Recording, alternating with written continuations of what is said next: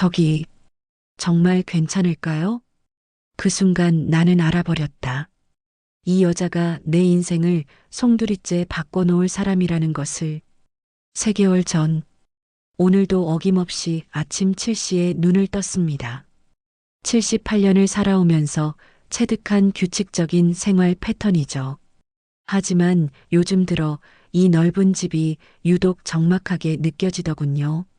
관리사 정 씨가 추천한 새로운 가정부가 오늘 첫 출근을 한다고 했습니다. 지난 가정부 김 여사가 고향으로 내려간 지 벌써 한 달이 넘었는데 혼자 지내기엔 이 집이 너무 크더라고요. 안녕하세요.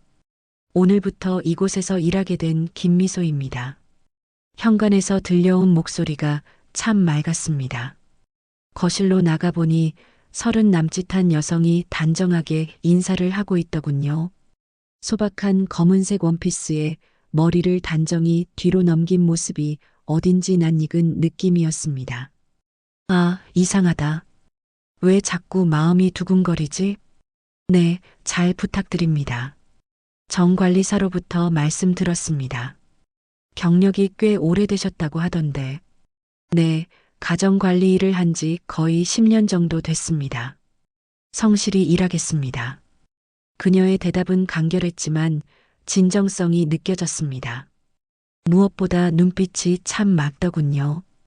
요즘 같은 세상에 저런 맑은 눈을 가진 사람이 있다니. 그럼 오늘은 집 구조부터 파악해 보세요. 급한 건 없으니 천천히 둘러보시고. 감사합니다. 그런데 혹시 특별히 조심해야 할 곳이나 건드리면 안 되는 물건이 있을까요? 참 세심한 사람이구나. 배려심도 있고, 특별한 건 없지만 저기 거실 한쪽 구석에 있는 피아노는 오래된 것이니 청소할 때 조심해 주세요. 아, 그리고 2층 서재의 책들도 함부로 옮기지 마시고요. 네, 알겠습니다. 그렇게 김미소 씨의 첫날이 시작되었습니다. 나는 평소처럼 서재에서 신문을 읽으며 하루를 보냈는데 이상하게도 자꾸만 아래층이 신경 쓰이더군요. 발걸음 소리가 참 경쾌했습니다.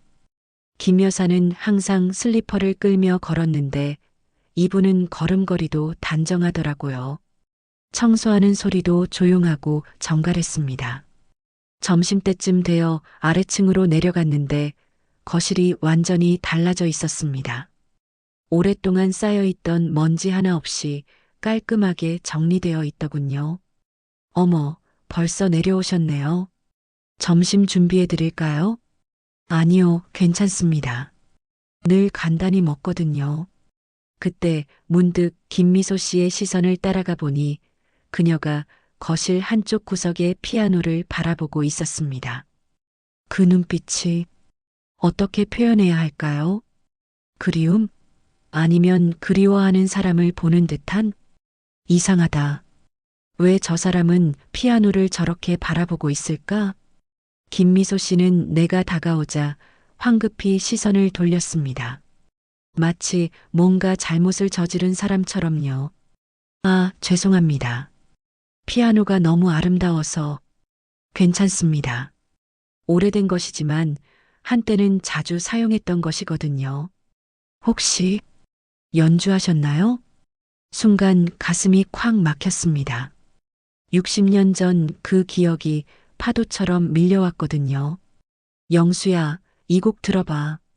내가 내 생각하면서 만든 거야. 아니다. 생각하지 말자. 이미 끝난 일이야. 예전에 조금. 그렇군요. 저도 어렸을 때 할머니한테서 조금 배웠었거든요. 할머니라는 말에 왜인지 가슴이 더욱 먹먹해졌습니다.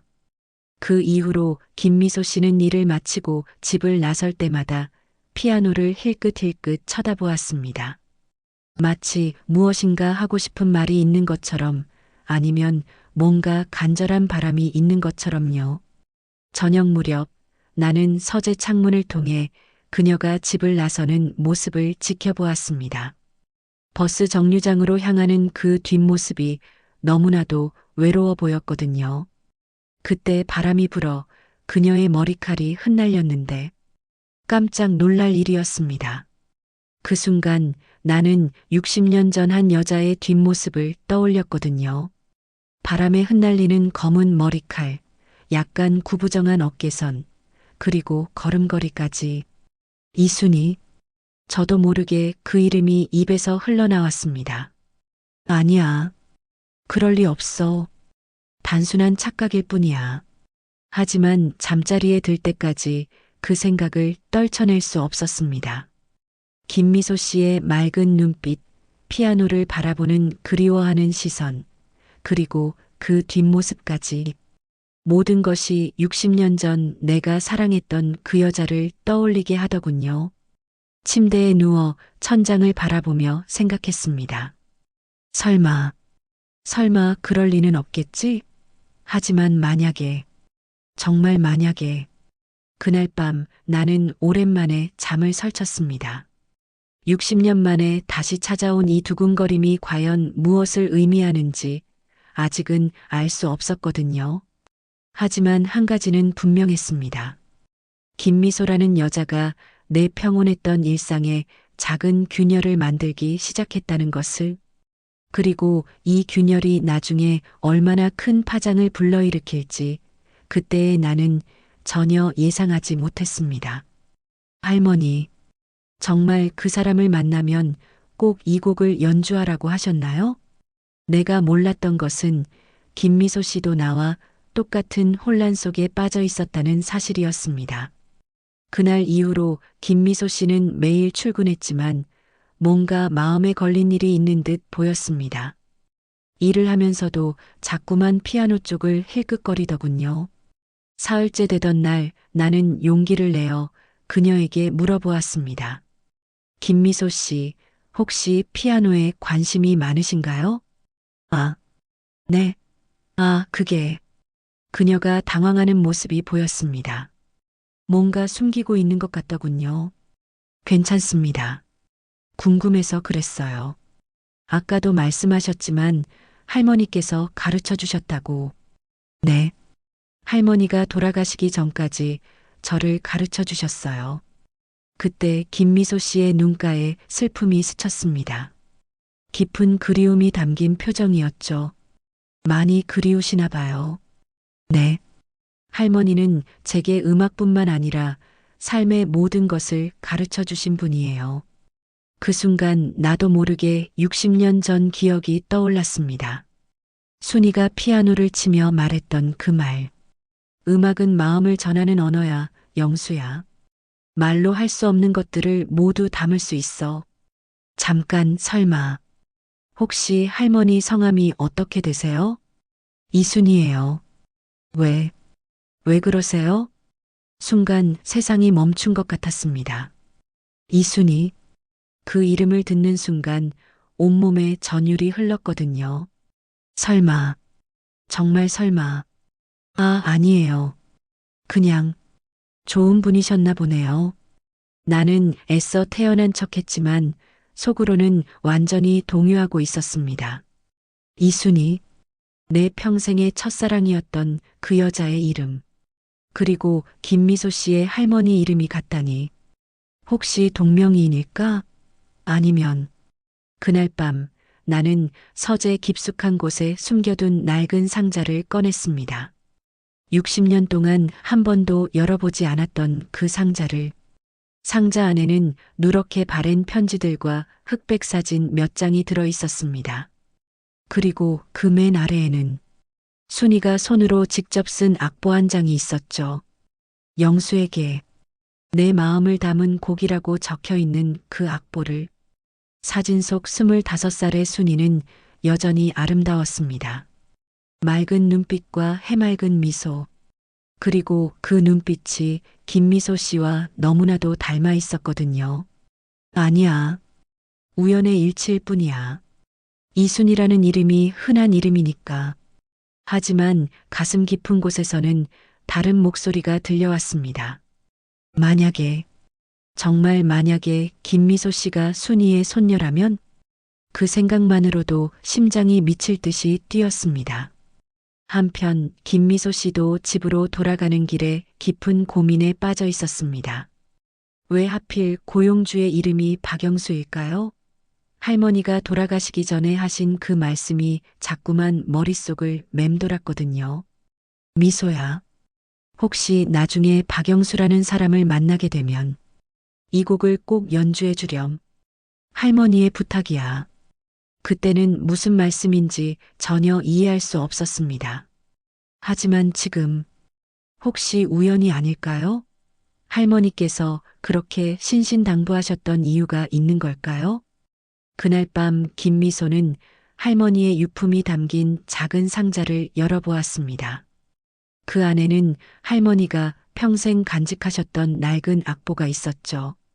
영수에게 내 마음을 담은 곡. 악보 위에 할머니의 손글씨로 적혀 있는 그 문구를 영수, 박영수, 설마. 김미소는 그 순간 모든 퍼즐이 맞춰지는 것을 느꼈습니다. 할머니가 평생 그리워하시면서도 한 번도 만나지 못하셨던 그 사람. 젊은 시절 할머니의 첫사랑이었다는 그 사람. 그 사람이 바로 지금의 고용주 박영수일까요? 그렇다면 할머니의 마지막 부탁을 이행해야 하는 것이 맞을 텐데. 하지만 용기가 나지 않았습니다. 만약 잘못 생각한 것이라면? 괜한 오해를 불러일으킨다면? 며칠 더 지켜본 다음에 결정하자. 김미소는 마음을 굳게 먹었습니다. 할머니의 마지막 부탁을 저버릴 수는 없으니까요. 그 다음 날부터 김미소는 더욱 조심스럽게 박영수를 관찰하기 시작했습니다. 그리고 그가 피아노를 볼 때마다 깊은 그리움이 서린 눈빛을 짓는다는 것을 알아챘죠.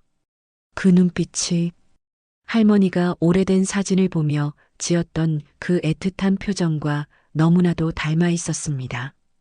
이제 확신이 들기 시작했습니다. 이것은 단순한 우연이 아니라 운명이라는 것을. 선생님, 혹시 피아노를 쳐도 괜찮을까요? 드디어 그 말을 꺼낸 순간 나는 60년 만에 다시 음악과 마주하게 될 줄 몰랐습니다. 일주일이 지난 어느 오후였습니다. 김미소 씨가 평소보다 더 조심스러운 목소리로 말을 걸어왔죠. 선생님, 죄송하지만 부탁드릴 게 있어서요. 네, 말씀해 보세요. 혹시 피아노를 잠깐 쳐봐도 괜찮을까요? 그 순간 나는 숨이 멎는 줄 알았습니다. 60년 동안 아무도 건드리지 않았던 그 피아노를 김미소 씨가 치겠다고? 피아노를 왜 갑자기? 할머니께서 가르쳐 주신 곡이 있는데 너무 오래 치지 않아서 잊어버릴까봐 걱정되거든요. 할머니께서 가르쳐 주신 곡이라 내 마음은 복잡했습니다. 한편으로는 그녀의 연주를 듣고 싶었지만 다른 한편으로는 두려웠거든요. 만약 정말로 그녀가 순이, 물론이죠. 언제든지 쳐보세요. 정말 괜찮으세요? 네, 오랫동안 방치해둔 피아노인데 누군가 연주해준다면 피아노도 좋아할 것 같아요. 김미소 씨의 얼굴이 환해졌습니다. 마치 오랫동안 기다렸던 허락을 받은 아이처럼 말이죠. 감사합니다. 그럼 지금 잠깐 쳐봐도 될까요? 그러세요.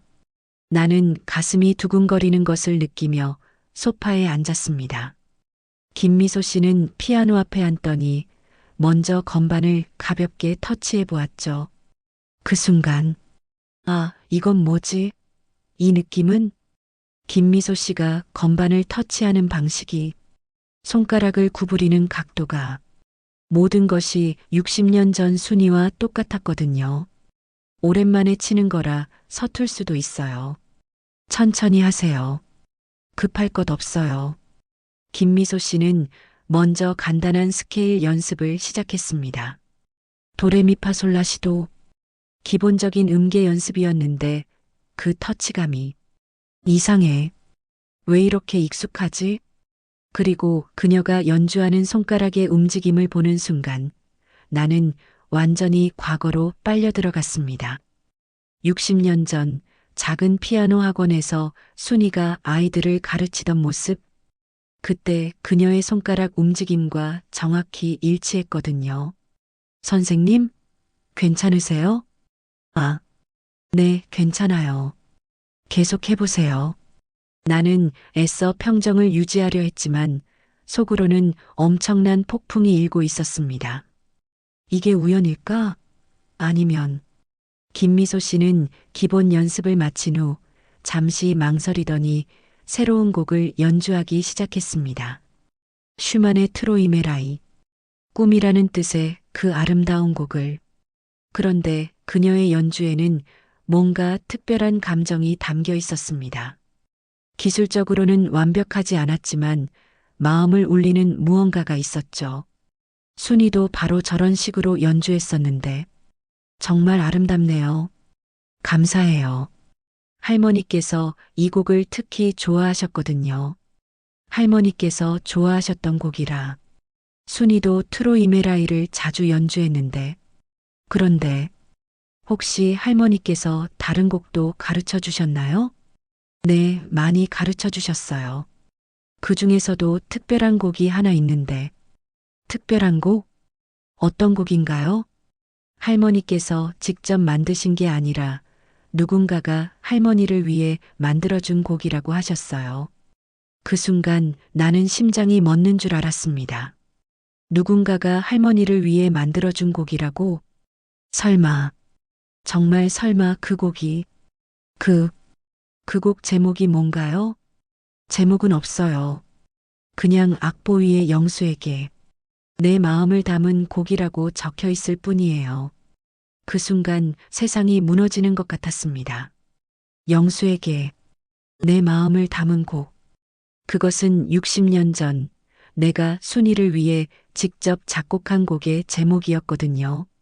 이제 더 이상 의심할 여지가 없었습니다. 김미소 씨는 정말로 순이의 손녀였던 것입니다. 선생님, 얼굴이 하얘졌어요. 괜찮으세요? 아, 아니에요. 그냥 갑자기 어지러워서 나는 일어나 창가로 걸어갔습니다. 60년 만에 마주한 이 엄청난 운명 앞에서 어떻게 해야 할지 몰랐거든요. 김미소 씨는 내가 평생 사랑했지만 버려야 했던 그 여자의 손녀였습니다. 그리고 그녀는 순이가 내게 보낸 마지막 메시지를 들고 내 앞에 나타난 것이었죠. 이것이 운명이 아니라면 무엇이란 말입니까? 하지만 어떻게 말해야 할까요? 어떻게 이 모든 진실을 털어놓아야 할까요? 그때 김미소 씨가 조심스럽게 물어왔습니다. 선생님, 혹시 제가 말씀드린 그 곡을 아시는 건 아니죠? 그 질문에 나는 더 이상 숨길 수 없다는 것을 깨달았습니다. 진실을 말할 때가 온 것입니다. 김 박사, 혹시 그 여자분이 이순이와 관련이 있는 것 아닙니까? 그 한마디로 모든 것이 달라지기 시작했습니다. 진실을 털어놓으려던 그 순간 초인종이 울렸습니다. 아, 김 박사가 오기로 했었는데 나는 아쉬움을 감추며 현관으로 향했습니다. 40년 지기 친구이자 주치의인 김 박사가 정기 검진을 위해 온 것이었죠. 영수야, 오늘 컨디션은 어때? 그럭저럭이야. 들어와. 새로운 가정부분이 오셨다며? 어떠세요? 김 박사는 늘 제 주변 상황을 세심하게 챙기는 편이었습니다. 성실하고 좋은 분이야. 아, 거기 계시네. 김미소 씨, 이분은 김 박사님이고. 안녕하세요. 김미소입니다. 김미소 씨가 정중하게 인사하는 모습을 보며 김 박사는 고개를 끄덕였습니다. 네, 반갑습니다. 영수 씨가 워낙 까다로운 분인데 잘 적응하셨나 보네요. 아직 배울 게 많지만 열심히 하고 있습니다. 그때 김 박사가 피아노를 가리키며 말했습니다. 오, 오늘은 피아노 덮개가 열려 있네. 영수야, 드디어 다시 치기 시작한 거야? 아니야. 김미소 씨가 연주를 좀 하셨어. 그렇군요. 혹시 전문적으로 배우셨나요? 아니에요. 할머니께서 취미로 가르쳐 주셨을 뿐이에요. 할머니라는 말에 김 박사의 표정이 미묘하게 변했습니다. 그는 나의 과거를 누구보다 잘 아는 사람이었거든요. 할머니께서 혹시 성함이 어떻게 되시나요? 이순이에요. 그 순간 김 박사의 눈이 크게 뜨였습니다. 그리고 나를 바라보는 눈빛이 심상치 않더군요. 이순이 할머니요? 네, 아시나요? 아, 아니에요. 그냥 김 박사는 당황한 기색을 감추지 못했습니다. 그도 그럴 것이 60년 전 내가 얼마나 순이를 사랑했는지, 그리고 헤어진 후 얼마나 괴로워했는지를 누구보다 잘 알고 있었거든요. 김미소 씨, 잠깐 자리를 비켜주실 수 있을까요? 박사님과 개인적인 얘기를 좀 해야 해서. 네, 그럼 주방에서 차 준비하고 있을게요. 김미소 씨가 자리를 뜨자 김 박사는 즉시 내게 다가와 속삭였습니다. 영수야, 설마. 정말 그 이순이야? 그런 것 같아. 어떻게, 어떻게 이런 일이? 나도 몰라. 며칠 전부터 이상하다 싶었는데 오늘 확실해졌어. 김 박사는 충격받은 표정으로 고개를 흔들었습니다. 이건 정말 운명이 아니면 설명할 수 없는 일이야. 그런데 어떻게 해야 할지 모르겠어. 김미소 씨에게 어떻게 말해야 할까? 일단 확실히 해야 하지 않을까? 혹시 동명이인일 수도. 아니야. 틀림없어. 김미소 씨가 연주하는 방식, 그리고 아까 말한 그곳까지. 모든 게 일치해. 그때 김미소 씨가 차를 들고 돌아왔습니다. 차 준비됐습니다. 고마워요. 그런데 김미소 씨, 김 박사가 조심스럽게 말을 꺼냈습니다. 할머니께서 언제 돌아가셨어요? 작년 가을이요. 갑자기 편찮으셔서. 그렇군요. 많이 그리우시겠어요. 네. 할머니는 저를 키워주신 분이거든요. 부모님은, 어머니는 제가 어릴 때 돌아가셨고, 아버지는 잘 모르겠어요. 김 박사와 나는 서로를 바라봤습니다. 모든 것이 맞아떨어지고 있었거든요. 그런데 할머니께서 평소에 젊은 시절 얘기 같은 거 안 하셨나요? 김미소 씨의 표정이 잠깐 어두워졌습니다. 가끔 옛날 얘기를 하실 때가 있었어요. 특히 어떤 분에 대해서. 어떤 분이요? 젊었을 때 사랑하셨던 분 같아요. 박영수라는. 그 순간 나는 심장이 멎는 줄 알았습니다. 김 박사도 놀란 표정으로 나를 바라봤죠. 박영수라고 하셨나요? 네. 할머니께서 돌아가시기 전에 혹시 그분을 만나게 되면 꼭 그 곡을 연주해 달라고 하셨거든요. 이제 더 이상 의심할 여지가 없었습니다. 김 박사가 내 어깨를 가볍게 두드리며 말했습니다. 영수야, 이건 정말 놀라운 우연이야. 우연이라. 하지만 정말 우연일까요? 60년 만에 순이의 손녀가 내 앞에 나타나고 그녀가 순이의 마지막 부탁을 전하러 온 것이, 이것이 정말 우연일까요? 김미소 씨는 우리의 대화를 지켜보며 뭔가 이상함을 느꼈는지 조심스럽게 물어왔습니다. 혹시 제 할머니를 아시는 건 아니죠? 그 질문에 나는 더 이상 피할 수 없다는 것을 깨달았습니다. 60년 동안 숨겨왔던 진실을 이제는 말해야 할 때가 온 것입니다. 김미소 씨, 앉으세요. 할 얘기가 있어요. 그 순간 김미소 씨의 눈에 당황과 기대가 동시에 스쳤습니다. 마치 오랫동안 기다려왔던 진실과 마주할 준비가 되어 있다는 듯이 운명의 순간이 다가오고 있었습니다. 어떻게 그 곡을 알고 있습니까? 60년 만에 다시 들려온 그 선율 앞에서 나는 모든 것을 내려놓을 수밖에 없었습니다. 김미소 씨는 내 앞에 조심스럽게 앉았습니다. 그녀의 눈빛에는 기대와 불안이 동시에 어려 있었죠. 김미소 씨, 할머니께서 마지막에 부탁하신 그 곡을 한번 들려주실 수 있을까요? 네, 지금 말씀하시는 건가요? 네, 정말 중요한 일이에요. 김미소 씨는 잠시 망설이더니 고개를 끄덕였습니다. 그럼 연주해 드릴게요. 그녀가 다시 피아노 앞에 앉는 모습을 보며 나는 온몸이 떨리기 시작했습니다. 김 박사도 긴장한 기색으로 지켜보고 있었죠. 김미소 씨는 잠시 심호흡을 한 후 건반 위에 손을 올렸습니다.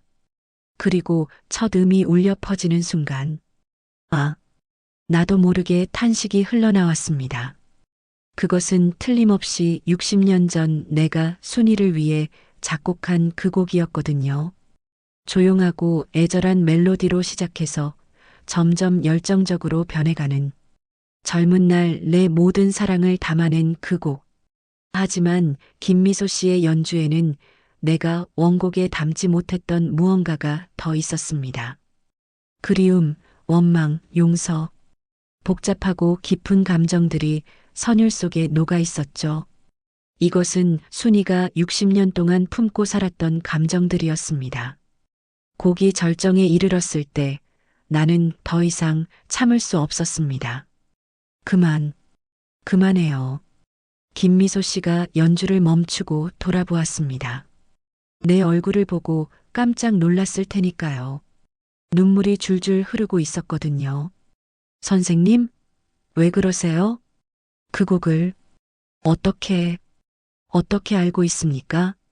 할머니께서 가르쳐 주신 거라고 말씀드렸잖아요. 그 곡은 내가 만든 곡입니다. 순간 거실에 정적이 흘렀습니다. 김미소 씨가 믿을 수 없다는 표정으로 나를 바라봤죠. 네, 뭐라고 하셨나요? 60년 전 내가 당신 할머니를 위해 작곡한 곡입니다. 김미소 씨는 마치 벼락을 맞은 것처럼 굳어 있었습니다. 그게 무슨 말씀이세요? 나는 떨리는 다리로 서재로 향했습니다. 그리고 60년 동안 숨겨둔 그 상자를 가져왔죠. 이걸 보세요. 상자를 열자 누렇게 바랜 악보가 나왔습니다. 내 손글씨로 적힌 순이에게 내 마음을 담은 곡이라는 제목과 함께 김미소 씨는 그 악보를 보는 순간 완전히 말을 잃었습니다. 이건 할머니가 간직하고 계셨던 악보와 똑같아요. 당연합니다. 같은 곡이니까요. 그럼 선생님이 할머니? 네, 저는 박영수입니다. 당신 할머니 이순희, 첫사랑이었던 사람이에요. 그 순간 김미소 씨의 눈에서 눈물이 쏟아져 내렸습니다. 분노인지 슬픔인지 아니면 안도감인지 알 수 없는 복잡한 감정이 그녀의 얼굴에 스쳐갔죠.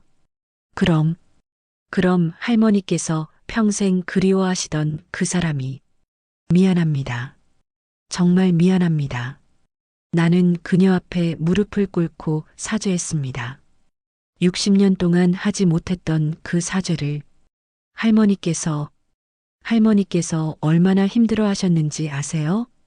김미소 씨의 목소리가 떨리고 있었습니다. 평생을 당신을 기다리셨어요. 당신이 돌아오기만을 바라면서 알고 있습니다. 그래서 더욱 죄송합니다. 왜 떠나셨어요? 왜 할머니를 혼자 두고 가셨어요? 그 질문에 나는 60년 전으로 돌아갔습니다. 그때의 젊은 박영수로 부모님께서 반대하셨습니다. 신분이 다르다고 가문의 체면에 관한 일이라고. 그래서 포기하신 거예요? 사랑보다 체면이 더 중요하셨던 거예요? 아니에요. 그게 아니라. 그럼 뭐예요? 할머니가 기다리는 동안 당신은 뭘 하고 계셨던 거예요? 나는 더 이상 변명할 수 없었습니다.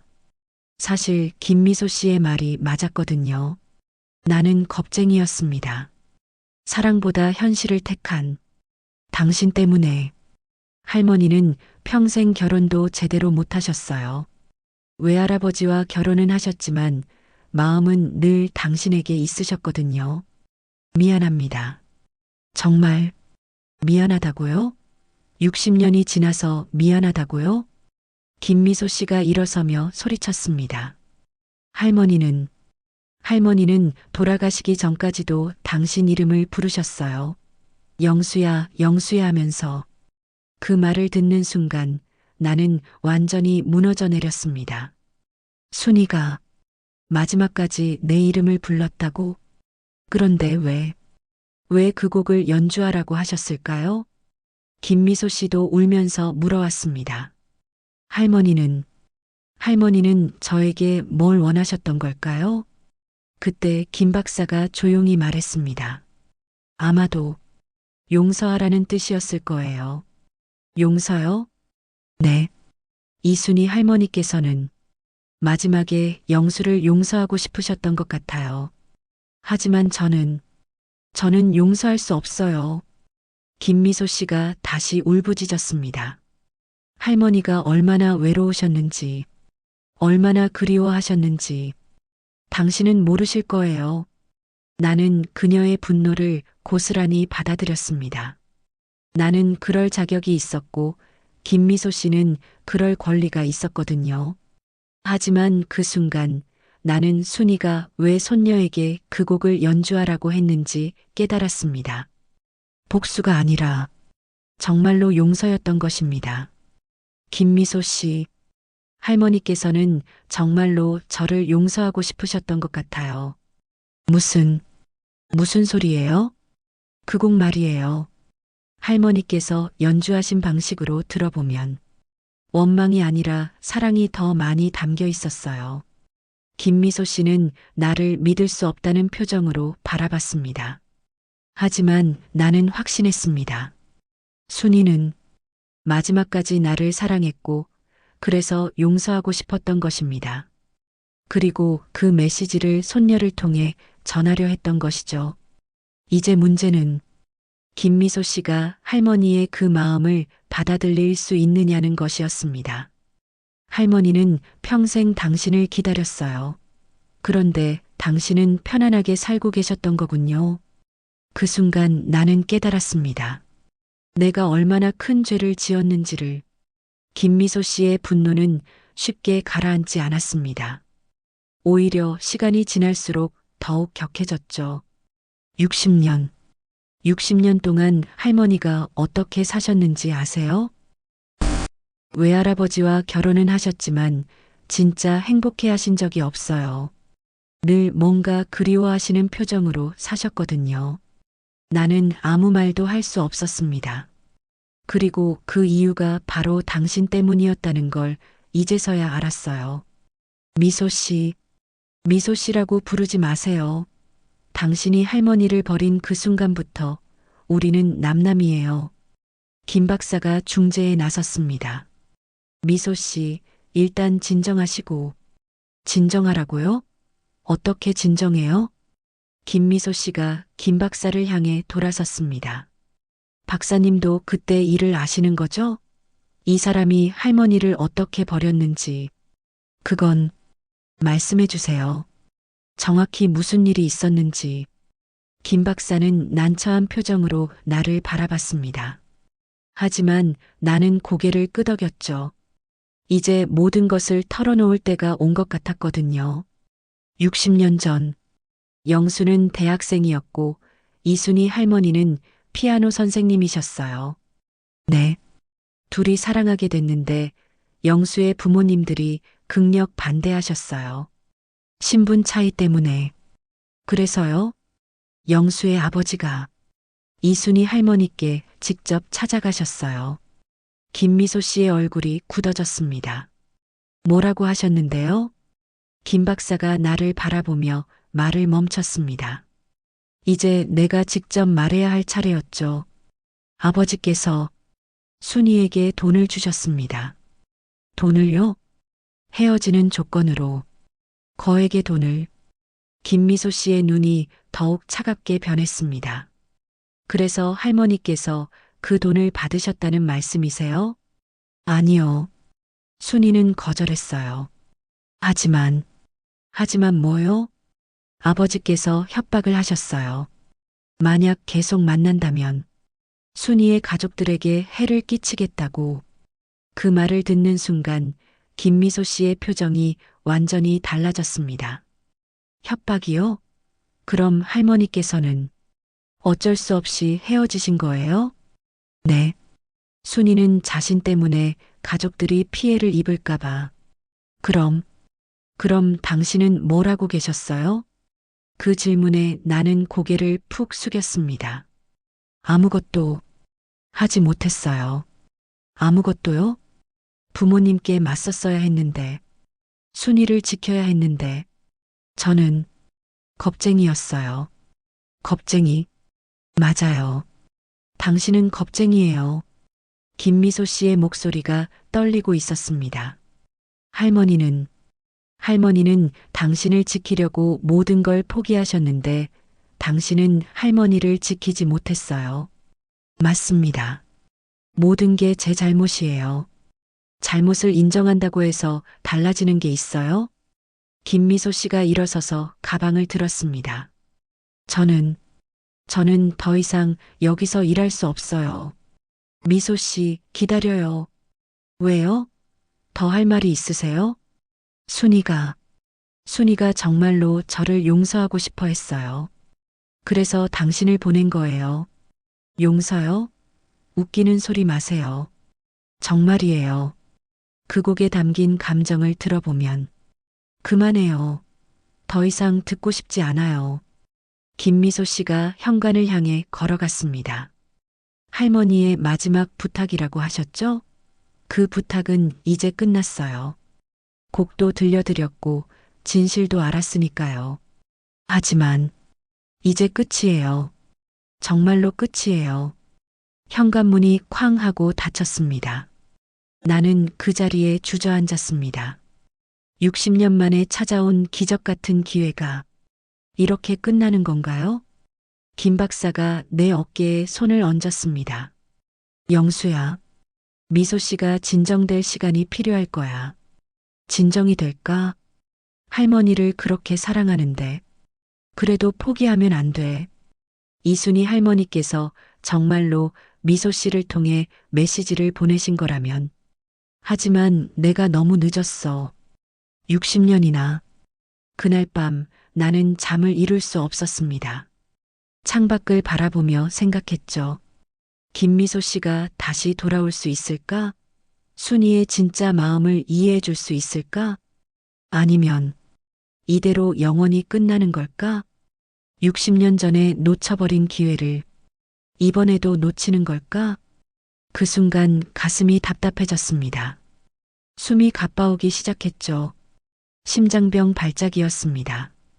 김 박사.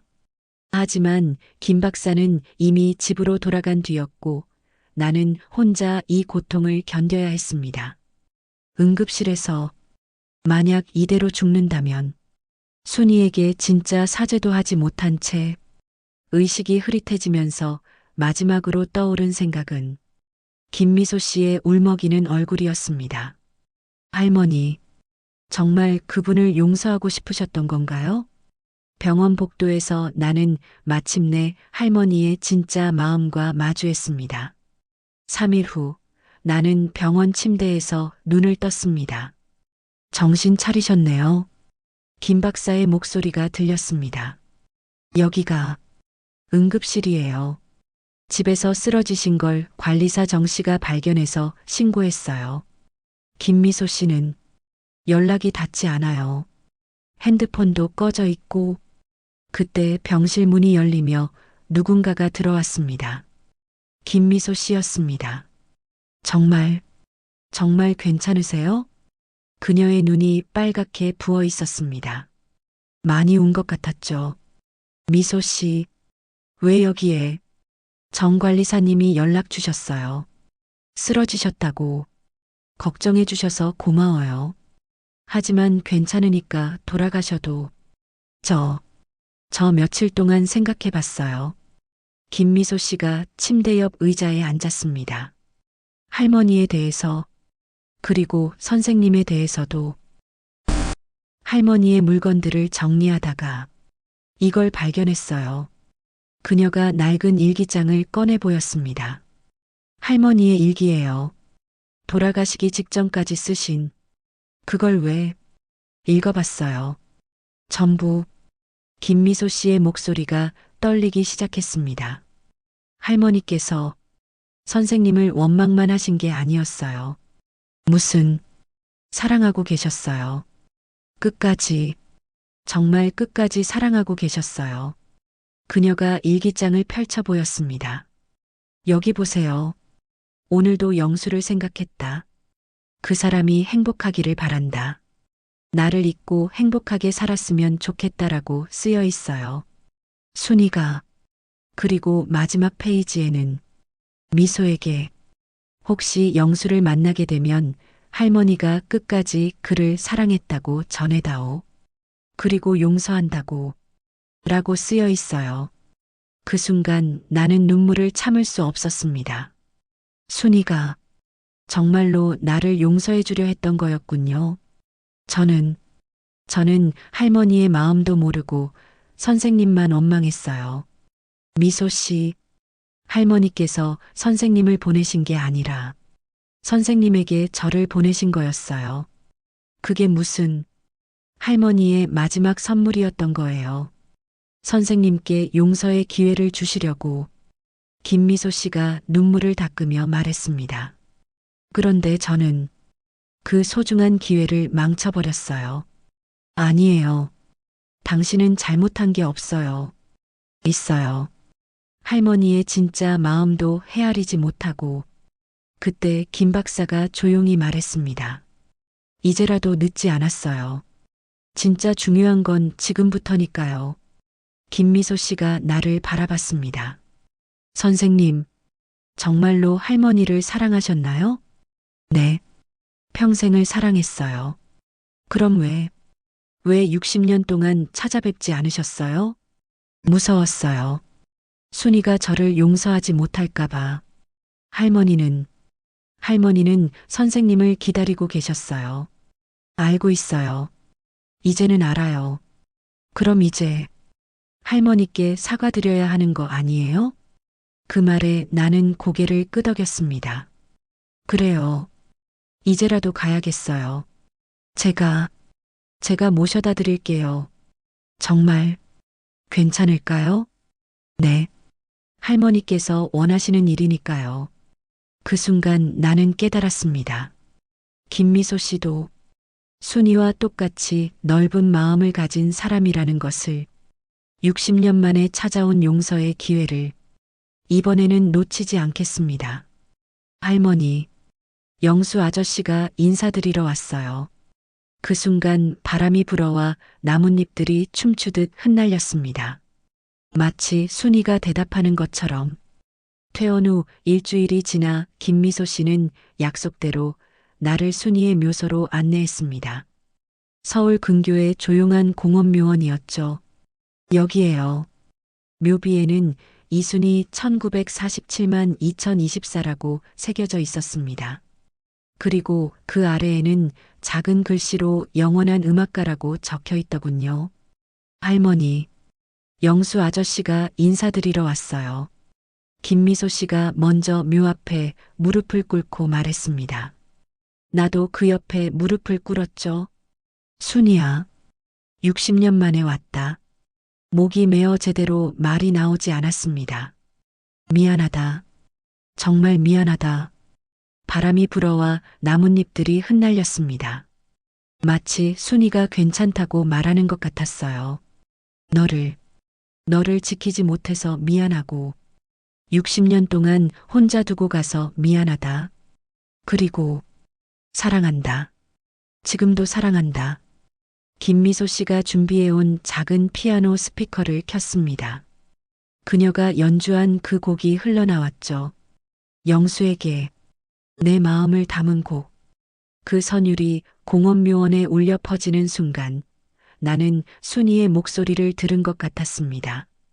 영수야, 이제 그만 괴로워해도 돼. 나는 행복했어.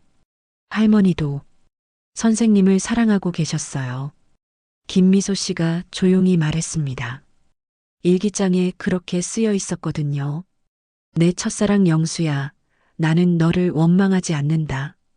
그때의 우리는 너무 어렸고 세상은 너무 가혹했을 뿐이야.